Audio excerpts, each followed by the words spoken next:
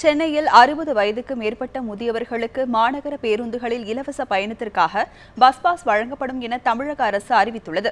இதுகுறித்து பொதுமக்கள் தெரிவித்த கருத்துக்களை பார்க்கலாம். நல்ல திட்டங்கள் நடைமுறைப்படுத்தலாம்.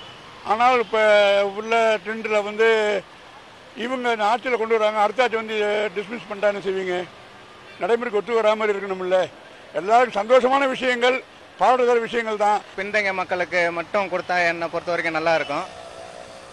அதே பேசிஸில் இது அடிப்படையாக இது லாங்காக கொண்டு வந்தால் நம்ம நல்லா இருக்குங்கன்னு நினைக்கிறேங்க. 60 வயசுக்கு மேலே ஆனவங்களுக்கு பேருந்தில் இலவச பயணம்னு சொல்கிறீங்க, அதுக்கு ஐடி கொடுப்பாங்கன்னு சொல்கிறீங்க. அந்த ஐடி கொடுக்குறதுக்கு எத்தனை வருஷம் ஆகுமோ தெரியலையே. கண்டக்டர் ஒத்துப்பாரா? இப்போ போனாக்கா 25ஆம் தேதி போனால் கண்டக்டர் ஒத்துப்பாரா? இறக்கி விட்டுருவாரா? என்ன பண்ணுறது? எல்லாம் பேப்பரில் தான் வரும், செயல்படுத்த முடியாது, வருஷங்கள் போயிடும்.